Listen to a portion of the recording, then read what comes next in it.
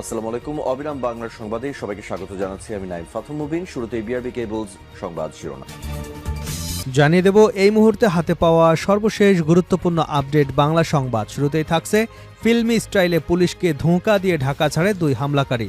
ত্রয়োদশ জাতীয় সংসদ নির্বাচনে ঢাকা ৮ আসনের সম্ভাব্য স্বতন্ত্র প্রার্থী ও ইনকিলাব মঞ্চের মুখপাত্র শরীফ ওসমান হাদির উপর হামলা চালায় দুর্বৃত্তরা। এ ঘটনার পর হামলাকারীরা যেভাবে ঢাকা ছেড়েছে তা যেন ফিল্মি স্টাইলকেও হার মানিয়েছে। এবারে জানাবো হাদিকে গুলি করে ভারতে গিয়ে সেলফি মাসুদের। ইনকিলাব মঞ্চের মুখপাত্র ও ঢাকা ৮ আসনের সম্ভাব্য সংসদ সদস্য পদপ্রার্থী শরীফ ওসমান হাদিকে হত্যার উদ্দেশ্যে গুলির ঘটনায় জড়িত সাবেক ছাত্রলীগ নেতা ফয়সাল করে মাসুদ ওরফে দাউদ খানের তোলা সেলফি এবং ফোন নম্বর প্রকাশ করেছেন সাংবাদিক জুলকারনাইন সায়ের। রবিবার রাতে সামাজিক মাধ্যমে তিনি ভারতে পালানোর পর মাসুদের তোলা একটি ছবি প্রকাশ করেন। এদিকে ভারতীয় আগ্রাসনের প্রতিবাদে আজ সর্বদলীয় প্রতিরোধ সমাবেশের ডাক। ভারতীয় আগ্রাসনের প্রতিবাদে ও কার্যক্রম নিষিদ্ধ আওয়ামী লীগের সন্ত্রাসী কার্যকলাপ রুখতে আজ সর্বদলীয় প্রতিরোধ সমাবেশের ডাক দিয়েছে ইনকিলাব মঞ্চ। সোমবার বিকাল ৩টায় শহীদ মিনারে এ সমাবেশ অনুষ্ঠিত হবে। জানিয়ে দেব তারেক রহমানের প্রত্যাবর্তনে সব অপশক্তি পরাস্ত হবে ইশরাক। রোববার রাজধানীর গ্যান্ডারে থানা জাসাসের উদ্যোগে সাবেক প্রধানমন্ত্রী ও বিএনপি চেয়ারপারসন বেগম খালেদা জিয়ার সুস্থতা কামনায় আয়োজিত দোয়া মাহফিলে এ মন্তব্য করেন ইশরাক হোসেন। এবং সর্বশেষ জানাবো ইউক্রেনের আরেক গ্রাম দখলের দাবি রাশিয়ার।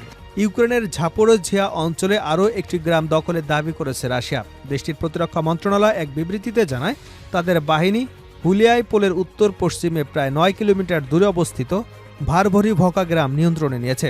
এতক্ষণ শিরোনাম শুনছিলেন, এবার বিস্তারিত। প্রিয় দর্শক, আপনি যদি এই চ্যানেলে নতুন হয়ে থাকেন, ভিডিওটি দেখতে দেখতে চ্যানেলটি সাবস্ক্রাইব করে আমাদের সঙ্গে থাকুন।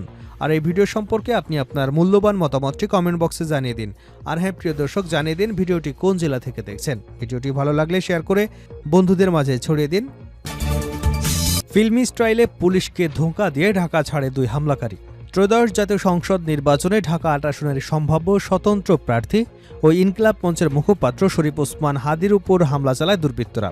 এ ঘটনার পর হামলাকারীরা যেভাবে ঢাকা ছেড়েছে তা যেন ফিল্মি স্টাইলকেও হার মানিয়েছে। তদন্ত সংশ্লিষ্টরা জানিয়েছেন হাদির উপর হামলার পরপরই আইনশৃঙ্খলা বাহিনী মূল সন্দেহভাজন হিসেবে ফয়সাল এবং আলমগীরকে শনাক্ত করে এবং প্রযুক্তির সহায়তায় তাদের গতিবিধি অনুসরণ করতে থাকে। তবে সন্দেহভাজনরা তাদের ডিজিটাল ডিভাইসগুলো সচল রাখলেও সেগুলো নিজেরা বহন করেনি।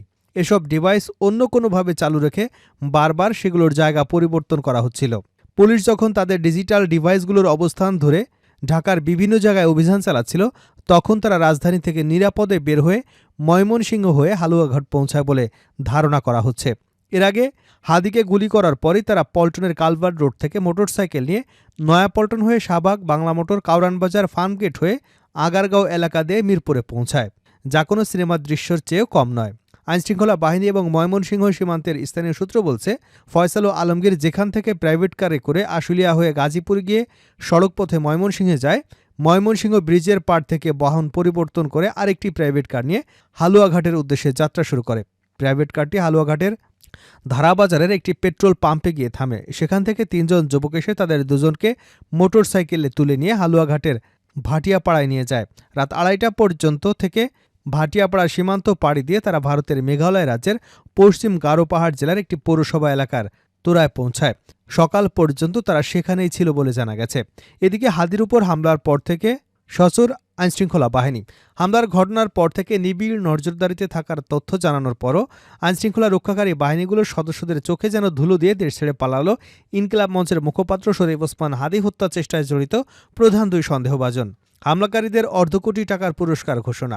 সীমান্তে সতর্কতা আর পাসপোর্ট ব্লক করার খবরের মধ্যে মোস্ট ওয়ান্টেড দুই আতাতাই ফয়সাল করে মাসুদ ওরফে মাসুদ খান ও আলমগীর হোসেনের দেশ ছাড়ার তথ্য মিলেছে।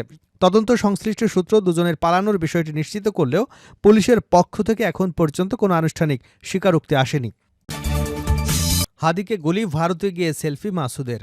ইনকিলাব মঞ্চের মুখপাত্র ও ঢাকা ৮ আসনের সম্ভাব্য সংসদ সদস্য পদপ্রার্থী শরীফ ওসমান হাদিকে হত্যার উদ্দেশ্যে গুলির ঘটনায় জড়িত সাবেক ছাত্রলীগ নেতা ফয়সাল করে মাসুদ ওরফে দাউদ খানের তোলা সেলফি এবং ফোন নম্বর প্রকাশ করেছেন সাংবাদিক জুলকারনাইন সায়ের। রবিবার রাতে সামাজিক মাধ্যমে তিনি ভারতে পালানোর পর মাসুদের তোলা একটি ছবি প্রকাশ করেন।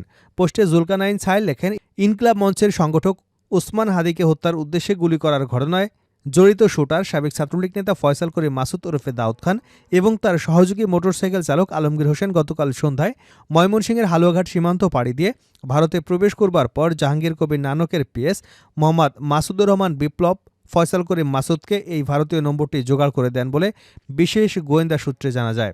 এই নম্বরটি ব্যবহার করে গতকাল রাতে কয়েকটি নম্বরে নিজেদের এই সেলফি পাঠান ফয়সাল মাসুদ ওরফে দাউদ খান। যে সকল নম্বরে ছবিটি পাঠানো হয় তার একটি ইন্টারসেপ্ট করে এই ছবিটি পাওয়া যায়, যা গতকাল ভারতের আসাম রাজ্যের গুয়াহাটিতে তোলা হয়েছে বলে নিশ্চিত হওয়া গেছে। এর আগে গত 12ই ডিসেম্বর জুমা নামাজের পর রাজধানীর পুরানা পল্টনে বক্স কালভার্ট রোডে মোটরসাইকেলে করে এসে চলন্ত রিকশায় থাকা ওসমান হাদির মাথায় গুলি করা হয়। তাকে হত্যা চেষ্টার ঘটনায় পরিবারের পক্ষ থেকে মামলা দায়ের হয়েছে। এদিকে ওসমান হাদির উপর হামলার ঘটনায় গতকাল রবিবার পর্যন্ত মোট 6 জনকে গ্রেপ্তার করা হয়েছে। ভারতীয় আগ্রাসনের প্রতিবাদে আজ সর্বদলীয় প্রতিরোধ সমাবেশের ডাক। ভারতীয় আগ্রাসনের প্রতিবাদে এবং কার্যক্রম নিষিদ্ধ আওয়ামী লীগের সন্ত্রাসী কার্যকলাপ রুখতে আজ সর্বদলীয় প্রতিরোধ সমাবেশের ডাক দিয়েছে ইনকিলাব মঞ্চ। সোমবার বিকাল 3টায় শহীদ মিনারে এ সমাবেশ অনুষ্ঠিত হয়েছে। এর আগে রোববার রাতে রাজধানীর এবারকেয়ার হাসপাতালের সামনে এক সংবাদ সম্মেলনে কর্মসূচির ঘোষণা করেন ইনকিলাব মঞ্চের সদস্য সচিব আব্দুল আল জাবের। তিনি বলেন, সোমবার ফ্যাসিবাদ বিরোধী সব দলকে নিয়ে শহীদ মিনারে একটি সর্বদলীয় প্রতিরোধ সমাবেশের আয়োজন করা হয়েছে। সেখানে ভারতপন্থী কাউকে আমন্ত্রণ জানানো হয়নি। আব্দুল আল জাবের বলেন, শহীদ মিনার থেকে ভারতীয় আগ্রাসন এবং আওয়ামী সন্ত্রাসের বিরুদ্ধে সর্বাত্মক প্রতিরোধ গড়ে তোলা হবে। আমরা দেশপ্রেমিক সব রাজনৈতিক দলকে এই সমাবেশে অংশ নেবার আহ্বান জানাচ্ছি। হাদির শারীরিক অবস্থার বর্ণনা দিয়ে ইনকিলাব মঞ্চের সদস্য সচিব বলেন, তার অবস্থার কোনো পরিবর্তন আসেনি। ইনকিলাব মঞ্চ এবং তার পরিবার হাদিকে উন্নত চিকিৎসার জন্য বিদেশে নেওয়ার সিদ্ধান্ত নিয়েছে। চিকিৎসকদের সম্মতি পেলেই তাকে বিদেশে নেওয়া হবে। এজন্য $1.5 কোটি টাকা ব্যয় ইতিমধ্যে একটি এয়ার অ্যাম্বুলেন্স ভাড়া করা হয়েছে। তিনি বলেন, ওসমান হাদির উপর হামলার পর দেশের গোয়েন্দা সংস্থাগুলোর ব্যর্থতার পরিচয় দিয়েছে। তারা নিজেরা ঘটনার তথ্য সংগ্রহ না করে আমাদের কাছে সিসিটিভি ফুটেজ চেয়েছে, অথচ তাদের করণীয় ছিল হামলাকারীদের যাবতীয় কর্মকাণ্ড অনুসরণ করে তাদের গ্রেপ্তার করা। তারেক রহমানের প্রত্যাবর্তনে সব অপশক্তি পরাস্ত হবে ইশরাক। বিএনপির ভারপ্রাপ্ত চেয়ারম্যান তারেক রহমানের প্রত্যাবর্তনের মধ্য দিয়ে সব অপশক্তি পরাস্ত হবে বলে মন্তব্য করেছে ঢাকা 6 আসনের বিএনপি মনোনীত প্রার্থী ইঞ্জিনিয়ার ইশরাক হোসেন। রোববার রাজধানীর গ্যান্ডারিয়া থানা জাসাসের উদ্যোগে সাবেক প্রধানমন্ত্রী ও বিএনপি চেয়ারপারসন বেগম খালেদা জিয়ার সুস্থতা কামনায় আয়োজিত দোয়া মাহফিলে তিনি এ মন্তব্য করেন। জনগণের প্রতি আহ্বান জানিয়ে ইশরাক হোসেন বলেন, ইসি নির্বাচনের তারিখ ঘোষণা করেছেন। নির্বাচনে কাকে ভোট দেবেন তা সম্পূর্ণ আপনার ব্যক্তিগত সিদ্ধান্ত। তবে আমাদের পরিকল্পনা দেখুন, বিবেচনা করুন, এরপর ভোট দেওয়ার অধিকার প্রয়োগ করুন। তিনি আরও বলেন, জনগণ ঐক্যের শক্তিতেই বাংলাদেশের রক্ষা হবে ইনশাআল্লাহ।